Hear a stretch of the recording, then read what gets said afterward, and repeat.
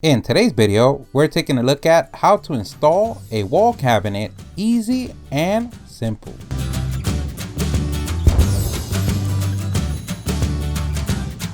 This is so simple, anyone could do. Everything that we use on the video, we're gonna leave a link on the description. So today, you woke up like putting things on a wall. Don't worry, here at the Statibox team, we've got your back. The first thing that you're gonna need is a wall. The second thing is a cabinet. And the third thing, yourself and hopefully a helper. So this is a time where you call Watson to help you out. For tools, you're gonna need a tape measure, a pencil, cabinet screws, a stud finder, unless you know where your studs are at, a level or your eyeballs, a drill, and the drill bit the same size as the screws that you're gonna use. Now that we got the grocery list out the way, we can start with the video.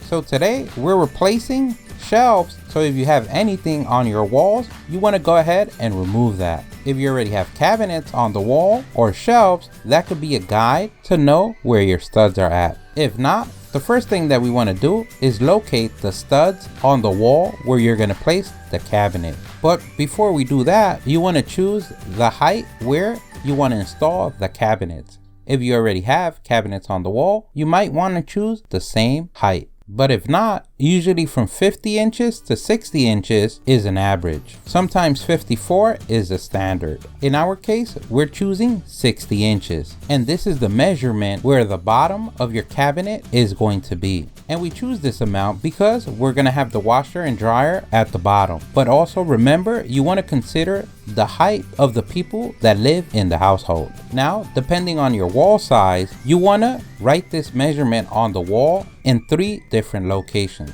In our case, we have a small wall, so 2 locations is enough. Now using a long level or a piece of wood or a guide rail, now just like connecting the dots, you want to draw that line from left to right or from right to left. Another way to find a stud is if you have an electrical outlet on the wall, there's usually a stud to the left or to the right of the outlet, something that you can confirm with a stud finder.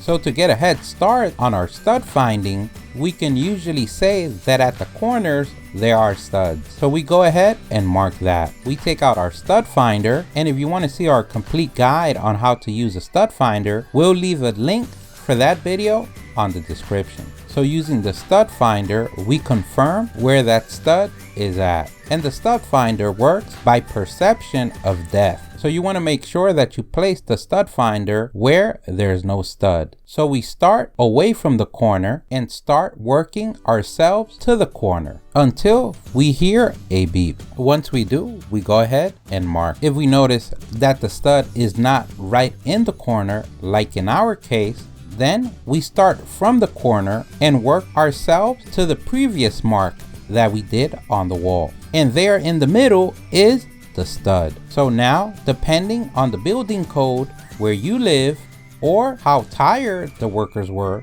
when they built your house, is going to be the space between each stud. Where we live, 16 inches is about right. So from the middle of the stud, we should be able to measure 16 inches to the middle of the next stud. So using those 16 inches as a guide, we go ahead and place the stud finder where we think there's no studs and start working towards the stud. Remember, when you place the stud finder on the wall, you want to press the button, hear the beep, and then start moving without letting go of the button. Once we see the beep, then we mark. Now to find the other side of the stud, we go on the other side of the mark, enough space away that we could find the other side. We basically repeat the procedure and mark.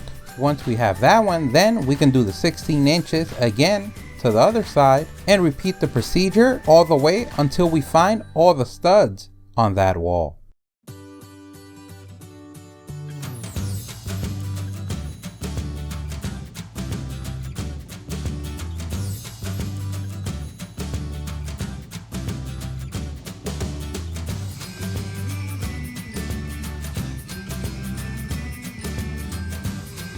So you can see that the stud was to the left of the outlet.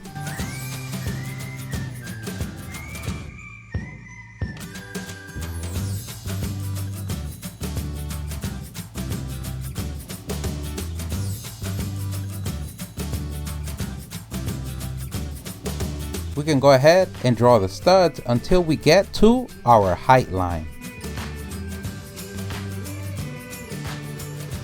You can take a step back and admire your artwork. Now that we dirtied the wall with pencil marks, we want to go ahead and measure our cabinet to see its size. In our case, ours is 36 inches. Now that you have that measurement, you want to decide where you want to put your cabinet. Do you want to choose the right corner, the left corner, in the middle, or anywhere you want? At the end of the day, you are the king, queen, both, or none of your castle. In our case, we're choosing the left side in the corner. And we choose that side because to the right side, we have the outlet plus the plumbing for the washer machine. Now that you chose where you want to place your cabinet, you want to make sure that you have studs that go in between the cabinet, inside the measurements, in our case inside the 36 inches, because you want to screw the cabinet to the studs. In our case, we're gonna have 3 studs inside the cabinet's measurements, so that's gonna provide a secure hold for that cabinet not to go anywhere. So going off the wall, we want to go ahead and measure where the studs are located. So our last stud is located 34 inches and a quarter from the left side of the wall. And remember, we're counting the middle of the stud where the screw is going to go. The stud that's going to be in the middle of our cabinet is at 18 inches 5/8. And our last stud that's going to be to the left of the cabinet is at 2 inches and a quarter. Now we're going to transfer these measurements to our cabinet. But first, you're going to notice that your cabinet has a lip on each side. So that means from the front it has 36 inches, but when you measure the back, it has less. In our case, it has 1/8 on each side. Now comes the most important part of the whole install, and it is triple confirming what side of the cabinet it's gonna go to which side. Even though that in many cases you can flip the cabinet around and have it face the other side, you don't want to have the marks on the wrong side. So we're marking here what would be our left side, which is the corner of the wall. Now that we established that very important detail, we can start transferring the measurements to the cabinet. So starting from the mark side, we can go ahead and start with the first measurement. So when measuring the wall, we got 2 inches and a quarter. And we want to mark this at least 3 to 5 times on the cabinet, from the top going down all the way to the bottom. And we do that because we're going to create a line that lets us know where the middle of the stud is located at in comparison to the cabinet.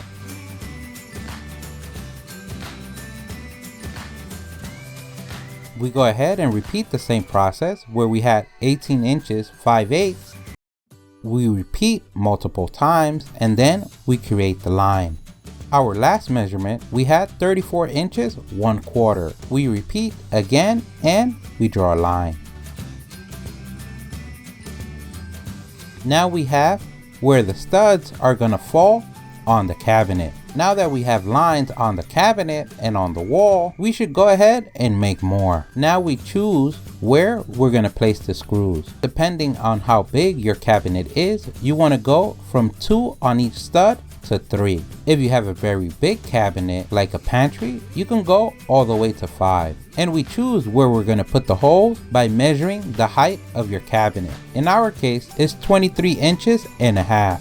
Now we choose 3 measurements that are going to keep us away from the edges of the cabinet. If you have any inside shelves, you want to verify for that as well, because the last thing you want is to drill in a shelf or notice after you put your cabinet up, you don't have space to put the screw because you have a shelf in the way. In our case, this unit does not have shelving, so we know anywhere that we place would be good enough. We're going to choose easy numbers. The first mark is going to be at the 4-inch mark, our second mark is going to be at the 12-inch mark, and our last mark is going to be at the 20-inch mark. We want to repeat that for all the other studs. You want to get your cabinet screws, your drill, and your drill bit. You want to reconfirm that your drill bit is at least the minimum size of the screw, but never bigger than the head, because the last thing you want is your screw to go right through the hole and have nowhere to grab. Now that we confirmed that, we want to go ahead and make the holes that go all the way through in the center of both lines. A pro tip: before making your other holes, you want to verify that your screw fits in the hole. If everything looks good, you can keep making the other holes. Now that we have all the holes on the cabinet, we can go back to the wall. As a pro tip, we like to place a piece of wood on the height line to carry the weight of the cabinet, and this will especially come in handy if you're working by yourself. And also, if your helper, Watson, does not have the same strength you have, this will definitely make both of your jobs easier. But most importantly, it would confirm that you have all the studs correctly. And remember, we're always going to screw in the middle of the stud. Using the same screws for the cabinet is going to give you the best idea. Once we do that, we tug a little bit on the wood to make sure that it is secure. So that means when you place your cabinet, you know you're good as well. Because the last thing you want on any kind of day, sunny or cloudy, is to die or go from a cabinet work to having to take Watson to the hospital for a cabinet falling on their head. We go ahead and place the cabinet on top of the wood. Make sure that you have the side that goes to the left and the one that goes to the right. Because all the weight is on the wood, by placing the middle screw should be able to hold the entire weight of the cabinet, rendering Watson useless after that, but always great for moral support. So now comes the easy part. This is where you take your drill and screw away until you place every screw on each hole. Your cabinet should be secure now.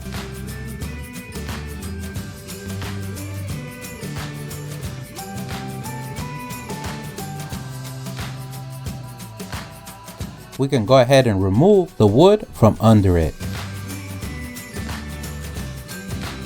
You can pat yourself in the back for a job well done. You've become the ultimate warrior of the cabinet hanging process. Don't forget, if you liked the video, please give us a thumbs up. That really helps. If you have any questions, place them in the comment section below. Either someone in the StatterBox team or someone in the YouTube community can help you out with an answer. Don't forget to subscribe, follow us on social media. Thank you for watching, and here's a link to our latest video.